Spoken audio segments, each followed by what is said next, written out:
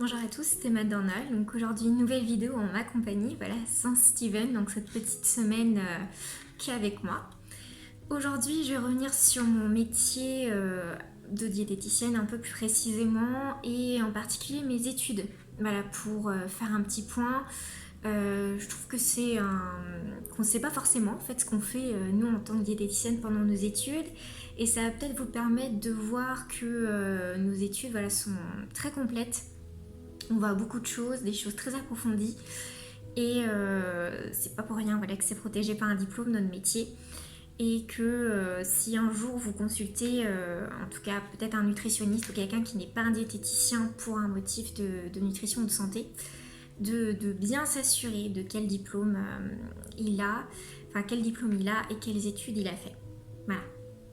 Alors pour commencer, le métier de diététicien, on peut y accéder par deux voies. Il y a le BTS diététique, ce que moi j'ai fait, et le DUT génie biologique, euh, option diététique. Voilà. Donc les deux petites différences, c'est que le BTS diététique, on est sur 2 ans, et le génie DUT, on est sur 3 ans, avec sur la dernière année une option voilà, diététique dans le sens où c'est une spécialisation. Alors je m'étends pas trop sur le DUT parce qu'à vrai dire, j'ai que les infos en fait, un peu de loin parce que c'est pas ma formation de base.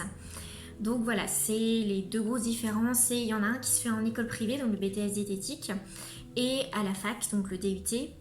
Voilà, donc avec le DUT, si je me souviens bien, il y a un socle commun en fait dans les premières années avec agronomie, je crois, et environnement. Voilà, c'est pour ça qu'on dit qu'il y a une spécialisation peut-être au bout de la deuxième année. Enfin bon, je ne vais pas trop m'étendre là-dessus. Donc concernant mon BTS, donc c'est voilà, c'est ce que j'ai fait pour accéder au métier. Donc c'est en 2 ans. C'est 2 ans très intenses. Il faut savoir qu'on a voilà, on a quand même un petit peu de vacances, mais bon, voilà, c'est quand même très intense en 2 ans. On a plus de 20 semaines de stage quand même. Plus précisément, on a 6 semaines en restauration collective. On essaie d'aller dans deux structures de préférence. 10 semaines en milieu médical. Souvent, ça se fait à l'hôpital. Aller en clinique, comme c'est privé, c'est un petit peu plus compliqué souvent. Et on a ce qu'on appelle une partie stage optionnel. Alors, le stage n'est pas optionnel en soi, c'est le thème qui est optionnel. Moi, pour le coup, je l'ai réalisé en milieu sportif. Je l'ai fait dans un club de gymnastique et en parallèle dans un club de handisport. Voilà, c'était super intéressant. Et ça permet en fait de construire notre mémoire. Notre mémoire est construite en fait autour de nos stages et avec une étude personnelle. Concernant mon stage à thème optionnel, je l'avais aussi pris parce que dans mon école, j'avais la chance d'avoir une option diététique du sport. Où en fait, c'était des heures en plus dans la semaine où ça nous permettait d'approfondir en fait le thème de la diététique du sport et comment accompagner un sportif, et surtout un sportif de haut niveau. Je vais revenir un petit peu aussi sur les... Enfin, très vite fait, parce que vous l'avez sûrement dû voir dans la vidéo de présentation, enfin, quand notre première vidéo ensemble avec Steven, les milieux dans lesquels on peut exercer. Le milieu que vous pouvez connaître peut-être le plus, c'est le libéral, voilà, où un diététicien ou une diététicienne a un cabinet, voilà, où vous pouvez aller consulter librement. Il faut savoir que ça n'est pas encore remboursé. On espère, on croise les doigts, un jour ce sera remboursé. Ça peut être remboursé en partie avec certaines mutuelles. Donc voilà, il n'y a pas d'obligation d'aller avec une ordonnance d'un médecin. Voilà, un médecin peut vous conseiller d'aller voir une diététicienne ou un diététicien, mais ce ne sera pas sur ordonnance en tout cas. Euh, Concernant le médecin, ça me permet de rebondir en milieu médical. L'acte diététique se fait sur prescription médicale, donc voilà, c'est un travail en équipe. On va voir les patients, voilà, dans plein de services différents. Voilà, je ne vais pas trop m'étendre là-dessus, mais voilà, si vous voulez un peu plus de détails, peut-être revenir sur la première vidéo. Mais voilà, on peut exercer un peu dans tous les services. Ça peut être de la cardiologie, de la pédiatrie. On s'adapte à tout. Et puis, on a les connaissances pour s'adapter aussi à toutes les pathologies et tous les besoins. Et le dernier comment dire, secteur où on travaille, qui est peut-être le moins connu, c'est la restauration collective. Donc en fait, on peut travailler en restauration collective, donc voilà, pour faire les menus, faire respecter, enfin en tout cas appliquer l'hygiène, voilà, des fois faire des commandes, enfin ça peut être très varié. Et il y a aussi un petit secteur, mais souvent les personnes, souvent c'est après avoir continué des études avec un master, une licence pro, peuvent se diriger vers l'agroalimentaire, voilà, pour intervenir dans des grandes entreprises par exemple, pour faire de nouveaux produits ou voilà, les diététiciennes que vous pouvez éventuellement avoir au téléphone une fois que vous avez lu le petit package avec appelé nos diététiciennes. Sur certains paquets, vous avez peut-être dû voir ça, donc voilà, c'est quelque chose qui peut exister. À présent, je vais vous décrire un peu brièvement ce que j'ai vu voilà, pendant mes études. Je pense que c'est important et peut-être que là, vous allez pouvoir mesurer un petit peu l'intensité et l'importance de ce que l'on voit. Voilà. Donc, premièrement, on a de la biologie qui est très axée sur l'anatomie humaine. Donc là, on va voir de la tête aux pieds, moins les pieds, mais voilà, de la tête aux pieds, le fonctionnement des organes, le fonctionnement du corps en général. Moi, je ne m'attends pas trop là-dessus, mais vraiment de la biologie, c'est très approfondi. En parallèle, on voit aussi la biochimie. Donc là, ça va être l'étude des composés. On va voir ce que c'est un lipide, comment c'est composé. On va voir ce que c'est une protéine, tous les acides aminés. S'il y a certains parmi vous qui ont fait de la médecine, qui connaissent des personnes qui ont fait de la médecine, les acides aminés, on sait ce que c'est. La liste, la fameuse liste, voilà. Voilà, de la biochimie. Ensuite, on a des parties qui sont plus propres en fait à la diététique. Il y a ce qu'on appelle la nutrition, où là, ça va être plus adapté à la nutrition de ce qu'on appelle le bien portant, voilà, où c'est plus adapté à des groupes de population. Voilà, donc on va pouvoir appliquer par exemple en restauration collective. Qu'est-ce qu'on applique voilà, dans une école, quel menu on fait pour que ce soit adapté à leurs besoins, à leurs envies aussi. Voilà, je ne m'étends pas trop là-dessus. On a la partie régime. Régime, ça va être régime adapté aux pathologies. C'est-à-dire que là, on va reprendre les besoins et puis on va les adapter en fait aux pathologies. Voilà, avec des régimes qu'on peut appliquer, avec des besoins qui sont bien évidemment différents. Voilà, et puis là, on voit vraiment de tout. Voilà, en tout, en large, en travers. Ensuite, qu'est-ce qu'on a? Eh ben, on a un petit peu de sciences humaines, où en fait on va étudier un petit peu de sociaux, un petit peu de psychologie.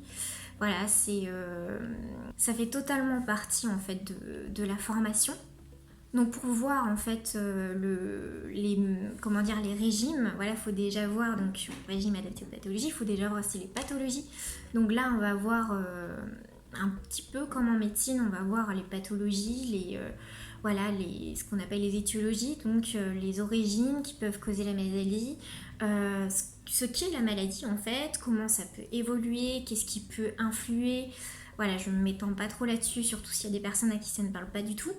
Mais voilà, on va voir beaucoup de pathologies et des pathologies qui sont forcément liées en fait aussi à la nutrition. Puis il y en a beaucoup plus qu'on peut penser, en tout cas où la nutrition peut agir dessus d'une manière ou d'une autre. Ensuite, on a une autre matière qui est bien particulière à la diététique, c'est la connaissance des aliments. En fait, la connaissance des aliments, on va prendre tous les groupes d'aliments. On va prendre les viandes, les poissons, on va prendre les féculents. Et qu'est-ce que c'est ? Il y a quoi dans une patate? Il y a quoi dans une viande? De quoi c'est composé? Et après, on va voir comment on peut les transformer, comment ça arrive dans nos assiettes, de quelle manière, comment on peut les conserver. Voilà, c'est très très complet. Ensuite, pour rebondir là-dessus sur connaissance des aliments, entre guillemets, et ben, j'ai eu l'occasion déjà d'en reparler.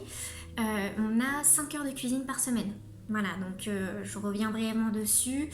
On voit des recettes de base de la cuisine française, de la cuisine française, mais des fois un petit peu d'ailleurs aussi. Et ensuite, une fois qu'on a ces connaissances-là, on va les adapter en fait au régime. Alors pour vous donner un exemple, c'est un rapport aussi, vous verrez avec une de mes vidéos, pour un régime sans gluten, pour des personnes atteintes d'une maladie cœliaque par exemple, on va adapter par exemple une pâtisserie. Souvent vous allez retrouver de la farine de blé dans une pâtisserie, et par exemple on va pouvoir faire ce qu'on appelle un biscuit roulé avec de la maïzena, donc qui ne contient pas de gluten. Et tout ça, en fait, c'est des connaissances qu'on a qui nous permettent d'adapter et de trouver des solutions, des adaptations, en fait, aux différentes pathologies, aux différents besoins. Mais on voit aussi, par exemple, des menus pour des repas adaptés aux personnes âgées, aux textures, aux besoins. Et puis aussi, ça peut être pour les enfants. Voilà, les portions, les envies, pareil, les textures. Voilà, c'est vraiment adapté. On a donc, pour continuer, on a toute une partie de droit, économie et gestion qui va concerner le fonctionnement des sociétés, ça peut être les contrats, donc ça fait une certaine culture générale déjà d'une. Et puis tout ce qui est partie, ce qu'on appelle la gestion, où on va être par exemple sur des coûts de certains aliments, certains produits, comment on fait le coût d'un plat par exemple, donc ça va être plus adapté sur la restauration collective. Puis droit, économie, ça peut vraiment aussi servir quand on veut s'installer en libéral, créer sa propre société. Voilà, on apprend toutes ces petites ficelles-là, adaptées en fait à notre formation. Et pour terminer, une petite partie aussi qu'on étudie qui est totalement liée en fait à l'hygiène, plutôt à la restauration collective, c'est une partie de microbiologie. Voilà, donc qu'est-ce que c'est un virus? On est en plein dedans, même si c'est pas lié à l'alimentation, mais voilà, comment c'est un virus, comment ça agit, comment on peut lutter pour lutter ou en tout cas éviter d'avoir un aliment contaminé, mais qu'est-ce que c'est des parasites, on voit les formes, on voit pourquoi un aliment peut être contaminé, de quelle manière et comment on peut éviter que ce soit contaminé. Voilà, donc avec les règles d'hygiène associées bien entendu. Voilà, donc c'est une vidéo quand même relativement courte. J'espère que Steven aura réussi à faire un petit peu de montage, comme l'avait vu durant du premier live. Voilà, c'est lui qui monte principalement. Donc j'essaie de faire des petites vidéos courtes aussi pour l'aider. Ou pour, en tout cas, j'espère que ça vous a un petit peu intéressé, que ça aurait été un peu plus complet, que vous aurez pu voir un petit peu plus l'envers du décor, en fait, de comment ça se passe. Et j'espère que ça aura pu vous donner aussi confiance, plus confiance ou un peu plus confiance dans les diététiciens, diététiciennes, sur le fait que notre formation est vraiment super complète. Et si vous avez des questions, n'hésitez pas en commentaire, n'hésitez pas sur Instagram aussi, on est bien présent. Et donc je vous dis à très bientôt. Kenavo!